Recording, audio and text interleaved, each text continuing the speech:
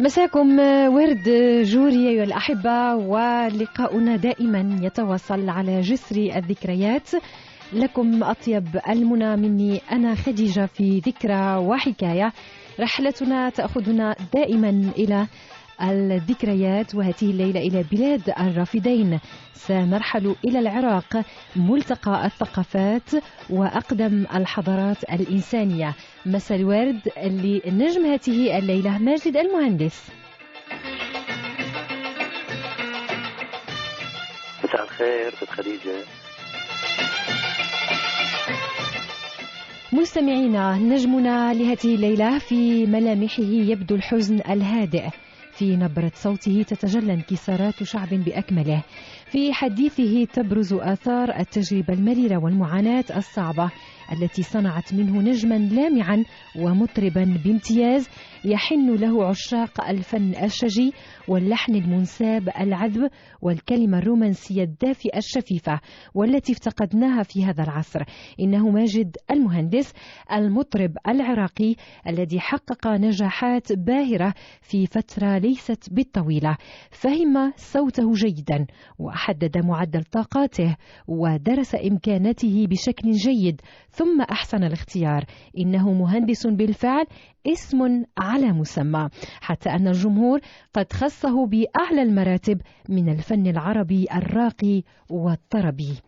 بأجمل باقة ورد كعادتي أرحب بك معنا ماجد في ذكرى وحكاية، لنقترب منك، من ماجد الإنسان، من أفراحك، من أحزانك، وأيضا من معاناتك. سنطرق بابك بكل أدب واحترام لنحل ضيوفا على ماجد الإنسان، وتحل علينا نجما لامعا في ذكرى وحكاية على إذاعة ميديا، إذاعة البحر الأبيض المتوسط الدولية. مساء النور مرة أخرى ماجد.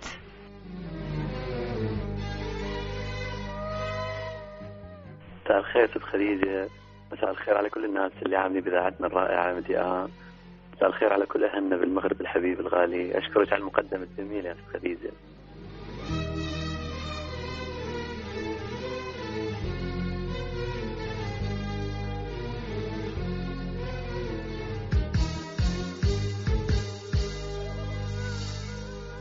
والله والله والله وحشني موت، والله وحشني موت، خاف بعدك أموت. والله وحشني موت، خاف بعدك أموت.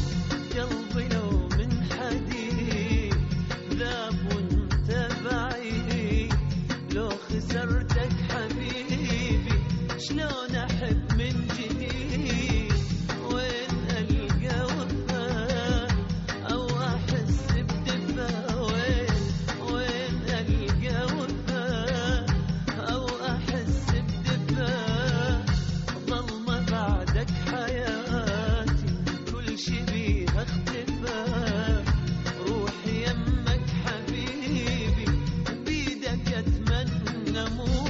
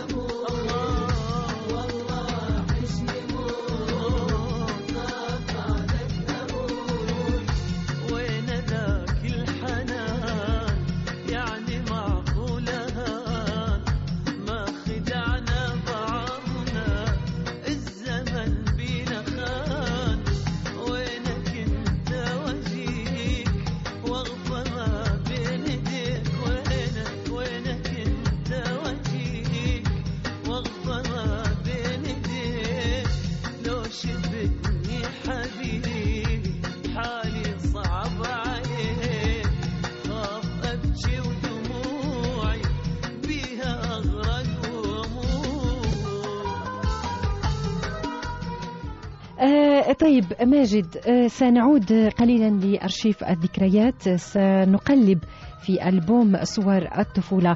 يعني احكي لنا كيف كنت طفلا وبماذا كنت تحلم؟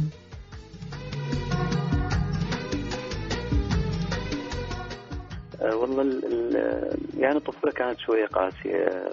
كانت الدراسة عموما مسيطرة على يعني حياة الطفولة عندي، خاصة رغبة الأهل مثل ما متعارف عليه يعني لليوم، أنه آبائنا وأهلنا يحبوا يعني الفن أو الإنسان يكون الطفل لما يكبر يصير دكتور أو مهندس، أو يعني الفن شوية كان بعيد عن تطلعاتي بداية حياتي. يعني يمكن مرحلة متأخر بلشت أحس باحتياجي للفن، بلشت أحس يعني بحب للفن. كل ما أكبر كل ما يكبر حبي للفن، بلشت أحس إنه أنا صوتي حلو ممكن أغني. طبعا الناس اللي حوالي أصدقائي وأهلي المقربين يعني لما كان عمري خلي يقول 18 19 سنة، بس اصطدمت طبعا أكيد برغبة الأهل لأن كانت دراسية بحتة، ولذلك تلقيني دخلت الفن متأخر. يعني دخلت مجال الفني متأخر ودرست هندسة ميكانيك الطائرات. بس الحمد لله يعني كانت ذكريات كثير جميلة رغم قساوتها في بعض الأحيان، رغم الغربة اللي عشتها في كثير دول، مع العلم أنه أكيد بالدول العربية أنا ما أحس بغربة كبيرة غير الدول الأوروبية.